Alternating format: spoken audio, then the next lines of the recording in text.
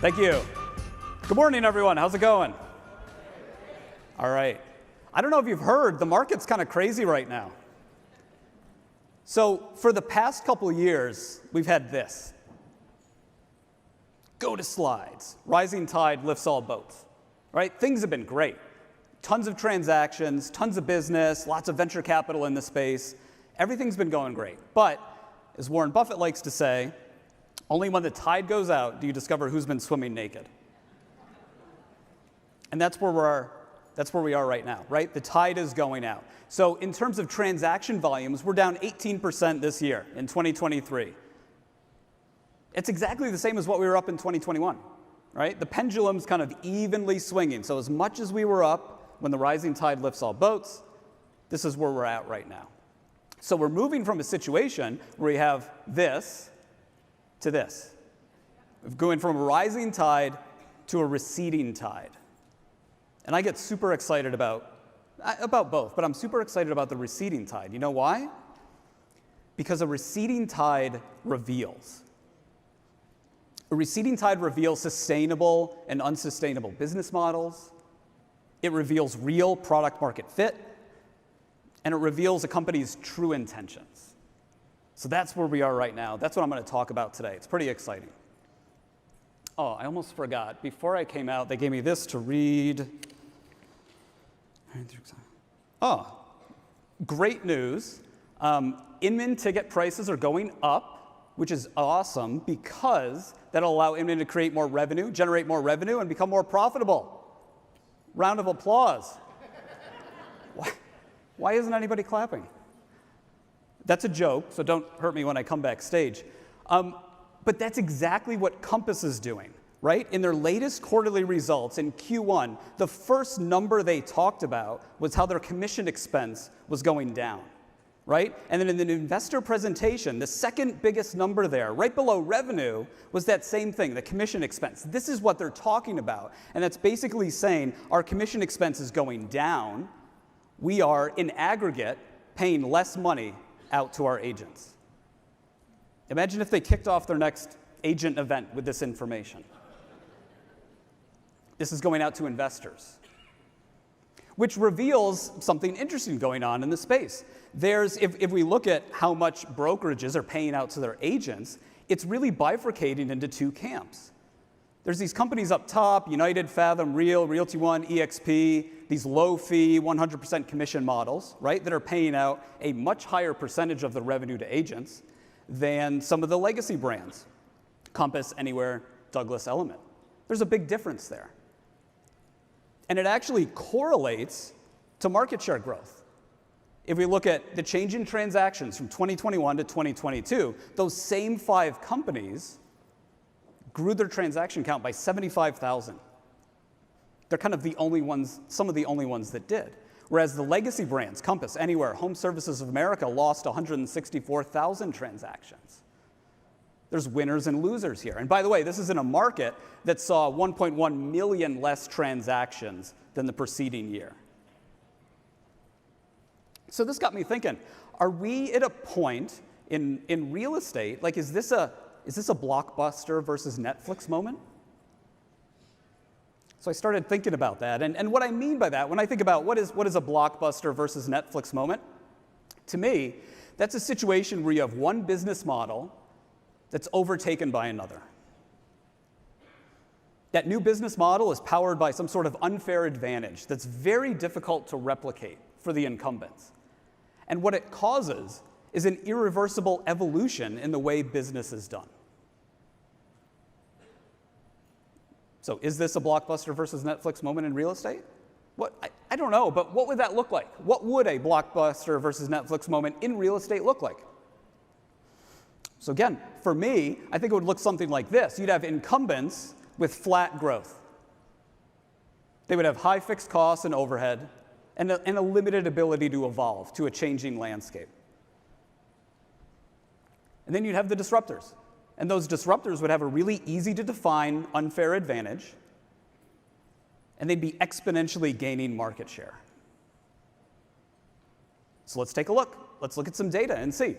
Let's start up top. Incumbents would have flat growth. So if you look at transaction volume over the past 5 years, 2017 to 2022, here's some of the biggest incumbents, the biggest legacy brands. Home Services America, Anywhere, Keller Williams, Redfin. That's flat growth, right? 1x. They have not increased. Looking at the data a different way, here's a line chart, right? You can kind of see, there's ups and downs, right? 2021, when the rising tide lifts all boats, they go up. 2022, when the tide's receding, they go down. But fundamentally, those are relatively flat lines, flat market share growth. Okay, we got that. What's next? High fixed costs, limited ability to evolve. So if we go back to Q1, look at some of the operating expenses. You see these legacy brands like Anywhere and Compass, their operating expenses were 4 to 6 times higher than a disruptor like EXP. Hundreds of millions of dollars more. And by the way, in that quarter, EXP did more transactions than both of those companies combined. And how, limited ability to evolve and change business models, you've seen over the past year, everybody's cutting, right? Reducing expenses as quickly as possible. You can only do that to some degree, right? It reminds me of flying in an airplane and like tossing stuff out to extend the runway or something like that. You can only do so much to turn a cruise ship into a canoe, right? You can only cut so much until it just doesn't work anymore. So that's the incumbents. What about on the disruptor side? So those disruptors should have some sort of easy to define unfair advantage.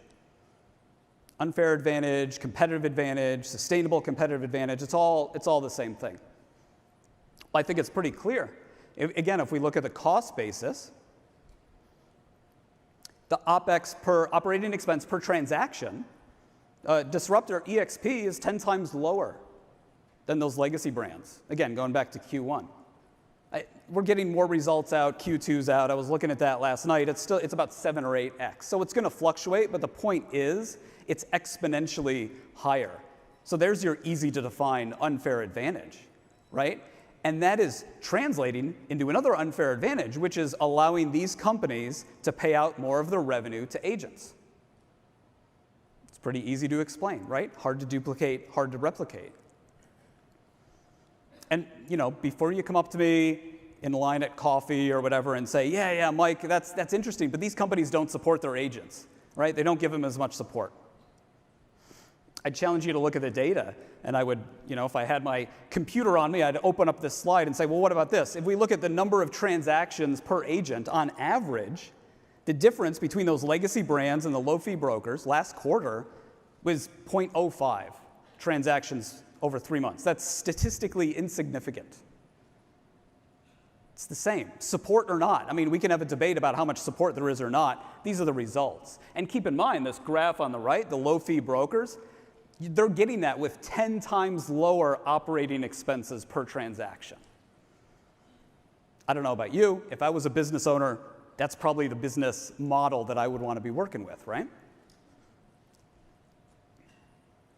So what else? Netflix versus Blockbuster moment. We would have disruptors exponentially gaining market share. Let's go back to this graph, right? We got a bunch of 1X's, relatively flat growth for the incumbents, and then boom.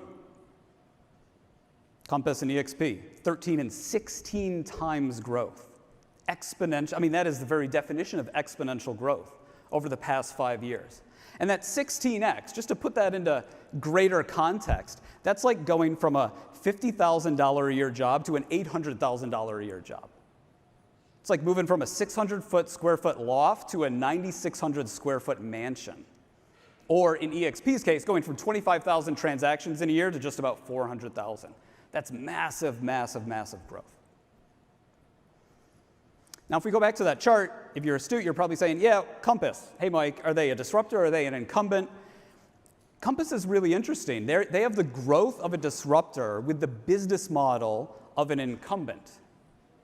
So it's hard to define this, right? And I guess if we look at the data a different way, you can see kind of that exponential growth between someone like EXP and Compass, but also the problem. Kind of up until 2021, that's when capital was easy, free, right? You could spend billions of dollars growing, which is what Compass did. But in 2022, market share went down versus EXP going up. So all of this results in this fundamental business model advantage. So if you look at profitability, adjusted EBITDA, again, it's bifurcating into these two camps. You have these companies that are profitable, brokerage businesses that are profitable, and then brokerage businesses that are very, very unprofitable. So all of that unfair advantage that they have around the business model is translating into an actual difference in results. Now, on the topic of adjusted EBITDA, you might be wondering, what the heck is that, right? That's this manufactured financial metric, but it's a metric that companies report. So if you're reading press releases or listening to new investor calls or just kind of hearing about profitability, you got to be really careful what number you're looking at. So I found this chart. This helps explain it really well. That's adjusted EBITDA, that's EBITDA, and that's net income. Looks delicious. So what does that mean in practice? Well, if we go back to 2022, here's some adjusted EBITDA numbers as reported by these businesses, right? I've gone to the trouble of highlighting the unprofitable ones in red. You can see, there's profit, there's unprofit, right? That's all fine. But what does that mean when we flow it through to actually net income? Results in, collectively, with these 5 companies that I just picked, $2.5 billion in net losses. Everybody's got a net loss once you boil that down.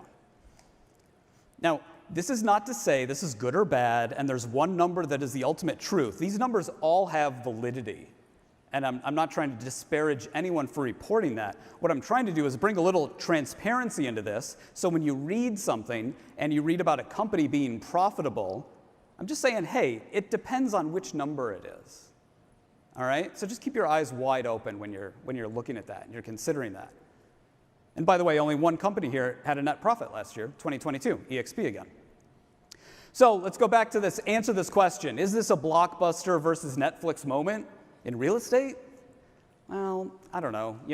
It doesn't fit the analogy perfectly. Maybe it's an iPhone BlackBerry moment. That's it. That's it. The point is, there's no answer to this. All right? There's no answer to this. The choice is, you can either obsess about the minutia of the analogy, and again, point out where it's wrong, where it's incorrect, or you could simply look at the data and acknowledge, yeah, change is happening. This is significant change. It might not be Blockbuster, Netflix, iPhone, BlackBerry, whatever, but change is absolutely happening.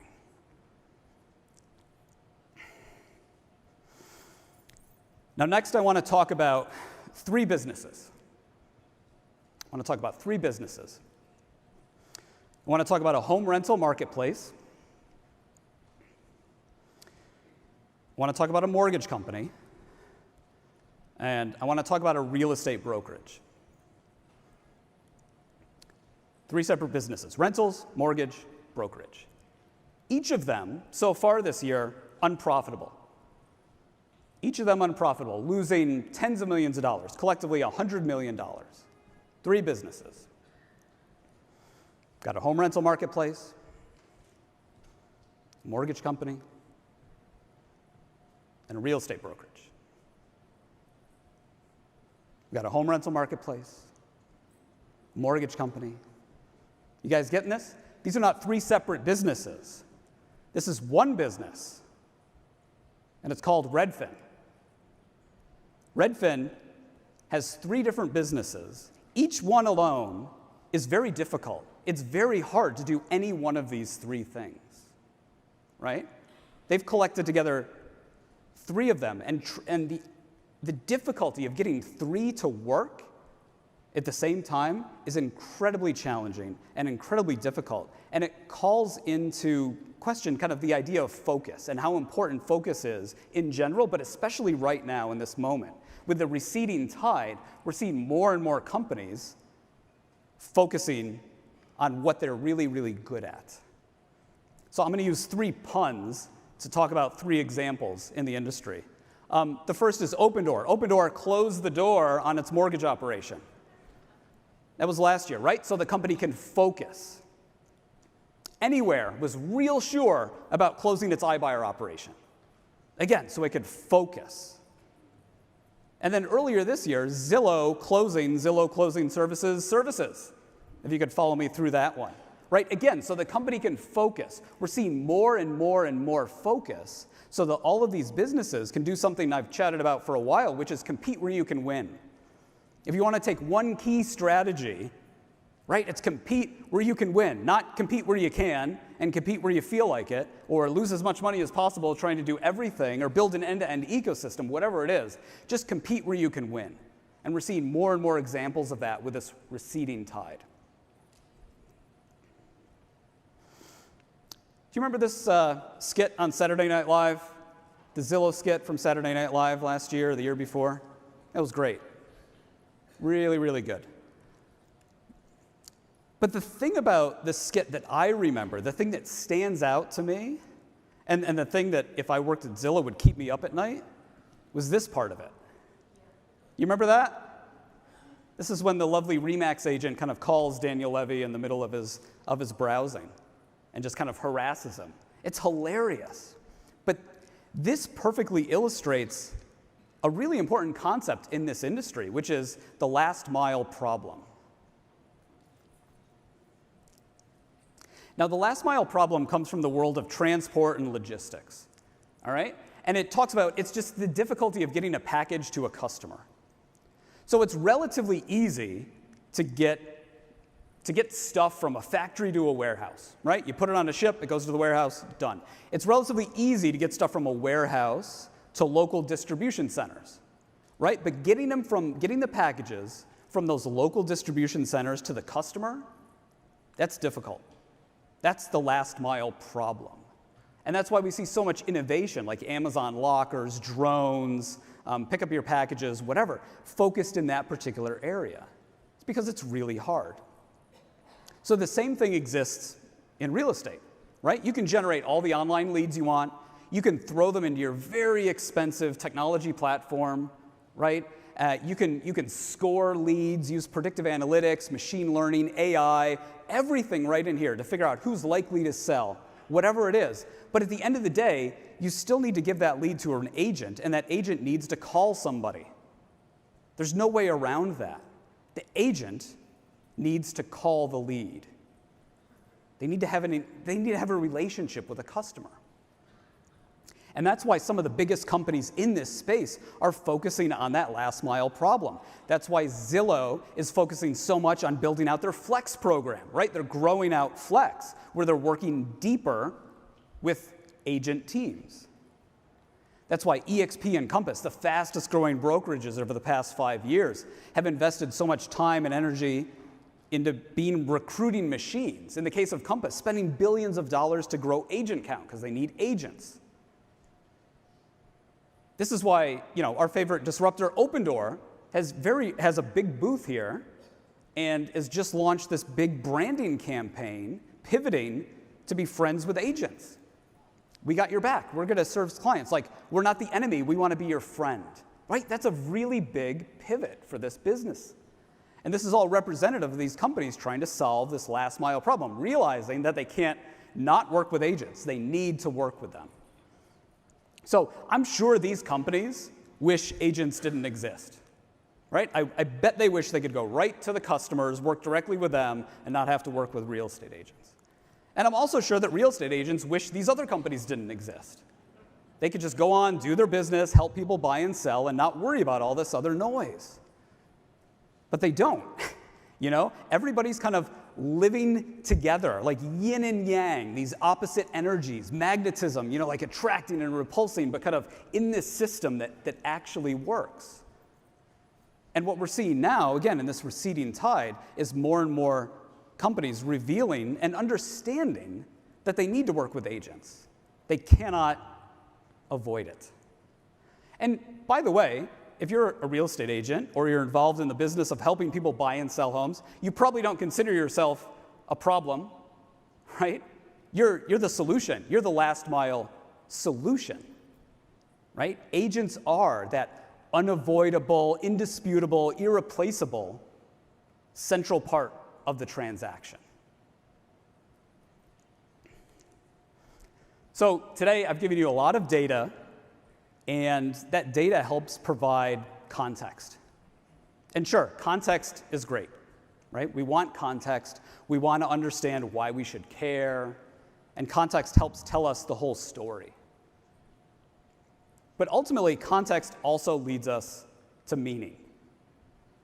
And that's really what we're about, right? That's why you're here, to try to get a better sense of meaning, to understand everything that's going on in this crazy market, parse through all the data and information, to help you figure out what your path forward is, to help navigate that.